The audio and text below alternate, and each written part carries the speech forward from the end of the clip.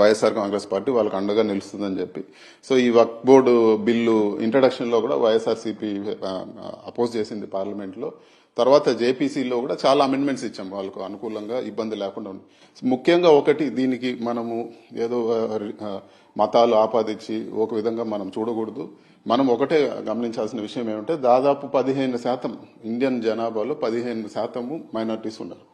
ఈ 15% పాపులేషన్ ని మనము వాళ్ళని ఒక పక్కన పెట్టేసిన విధంగా, వాళ్ళకి అభద్రతా భావం కలిగించే విధంగా బిల్స్ పెట్టి కానీ మనం తీసుకుంటూ వచ్చే చట్టాలు కానీ ఉంటే, సో రాష్ట్రమే కాదు మన దేశం ఏ విధంగా అభివృద్ధి చెందుతుంది. ఖచ్చితంగా ఇది ఏదో ఒక రోజు పెద్ద విషయంగా తయారై రాష్ట్ర దేశ భద్రతకే పెను ముప్పుగా మారుతుంది అనేది మనం అర్థం చేసుకోవాల్సిన విషయం.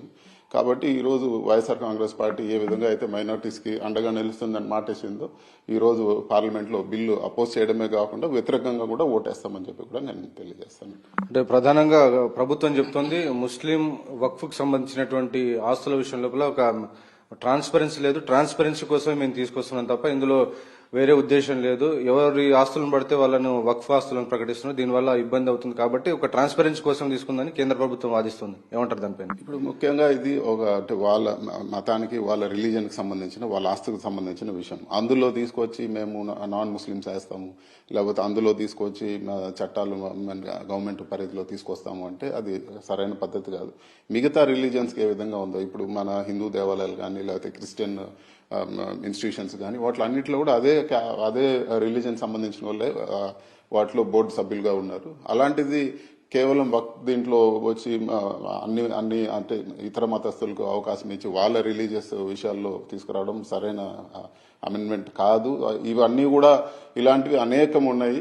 సో ఇవన్నీ కూడా ఒక సరైన పద్ధతిలో తీసుకురావడం లేదు. ఏదో వాళ్ళని ఒక అణిచివేసే ధోరణిలో ఉన్నట్టు ఒక అభిప్రాయం అంటే మైనార్టీ సోదరులో కూడా ఈరోజు వచ్చిన పరిస్థితి ఉంది. కాబట్టి ఈ బిల్లును ఖచ్చితంగా మేము వ్యతిరేకిస్తాం. అదేవిధంగా రాష్ట్రంలో మీరు చూస్తే ఎలక్షన్ల ముందు, ఎలక్షన్లో తర్వాత కూడా ఈ మధ్యలో కూడా చంద్రబాబు నాయుడు గారు చెప్పారు, మేము మైనార్టీస్కి ఇబ్బంది లేదు, వక్ఫ్ బోర్డు మేము మీకు ఇబ్బంది లేకుండా చేస్తామని చెప్పి. మైనార్టీ సోదరులందరూ రిప్రజెంటేషన్ ఇస్తే కూడా ఈరోజు టీడీపీ ఓపెన్ గా వాళ్ళ అభ్యంతరాలన్నీ పరిగణలోకి తీసుకోకుండా ఈరోజు ఓపెన్ గా సపోర్ట్ చేసే పరిస్థితి ఉంది. కేవలం ఈరోజు తెలుగుదేశం పార్టీ వాళ్ళని ఈ బిల్లు పాస్ అవుతుందని చెప్పి కూడా మనం అర్థం చేసుకోవాల్సిన విషయం. అదే మొదటి నుంచి కూడా టీడీపీ ఈ విషయంలో ఒక దాగుడు మూతల ధోరణి, ఒక క్లారిటీ లేకుండా వివరిస్తుంది. చిట్ట చివరికి వాళ్ళు మద్దతు ప్రకటించారు. ఇటు జనసేన కూడా ఈరోజు మేము ప్రకటిస్తున్నాం దీనికి మద్దతు అని చెప్పిస్తుంది. ఈ రెండు పార్టీల వైఖరిని ఎట్లా అర్థం చేసుకుంటారు? అంటే జనసేనకు స్టాండ్, చంద్రబాబు ఏం చేస్తే జనసేన స్టాండ్ అదే, దాని గురించి మనం పెద్దగా ఇది చేయాల్సిన పడలేదు. కాకపోతే చంద్రబాబు నాయుడు గారు నమ్మించి మోసం చేసినారు మైనార్టీస్ ని అనేక సార్లు. ఇది వరకు అనేక సార్లు మైనార్టీస్ ని నమ్మించి మోసం చేసినారు. ఇది మరొకసారి ఈ రోజు మోసం చేసే పరిస్థితి చూస్తున్నాం. ఖచ్చితంగా మైనార్టీ సోదరులందరూ కూడా ఈ విషయాలు పరిగణనకు తీసుకొని సరైన బుద్ధి చెప్తారని చెప్పి కూడా నేను ఆశిస్తాను. సార్, మనకు హౌస్ లో కనుక చూస్తుంటే ఎన్డీఏకు స్పష్టమైనటువంటి మెజారిటీ కనబడుతుంది.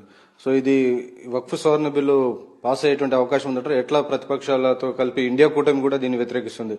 సో ఎట్లా దీన్ని ఆ కూటమి సభ్యులతో కలిసి దీన్ని ఏమైనా స్ట్రాటజీ ప్లాన్ చేస్తున్నారు, ఎట్లా చేయబోతున్నారు? అంటే ఒకటి, ఇప్పుడు మేము ఒకరితో కలవాల్సిన పని లేదు. ఖచ్చితంగా ఈ బిల్లుని మాకుండే ఓట్లు మేము ఖచ్చితంగా వ్యతిరేకంగా వేస్తాము. మేము చెప్పాల్సిన అభిప్రాయాలు బోల్డ్ గా చెప్పి ఈ విధంగా అన్యాయం జరుగుతోందని చెప్పి బిల్లుని వ్యతిరేకిస్తాం. ఒకవైపు అసదుద్దీన్ ఓవైసీ చెప్తున్నారు ఇది రాజ్యాంగంలోని ఆర్టికల్ 14 సమానత్వ హక్కు కానీ లేకుంటే ఆర్టికల్ 25 సంబంధించి మత స్వేచ్ఛ హక్కు సంబంధించి ఇది ఉల్లంఘన కలుగుతుంది, రాజ్యాంగ విరుద్ధంగా ఈ బిల్లును రూపొందించారని ఆయన స్ట్రైట్ ఆరోపణ చేస్తున్నారు. మీరేమంటారు? ఈరోజు అసదుద్దీన్ ఓవైసీ గారు మైనార్టీ సమాజంలో మంచి పేరున్న వ్యక్తి. మైనార్టీ రైట్స్ కోసం కానీ, మైనార్టీ సోదరుల కోసం కానీ పార్లమెంట్ లో కానీ బయట కానీ చాలా పోరాటం చేస్తున్నారు. సో ఈ రోజు మా స్టాండ్ కూడా మాకు కూడా ఓవైసీ గారితో చర్చించే ఈ రోజు స్టాండ్ కూడా తీసుకున్నాము. మేము చెప్పే అభ్యంతరాలు కూడా ఆయన చెప్పిన అభ్యంతరాలు రెండు కూడా ఒకటే అని చెప్పి కూడా నేను తెలియజేస్తాను. Thank you sir. సో మొత్తానికి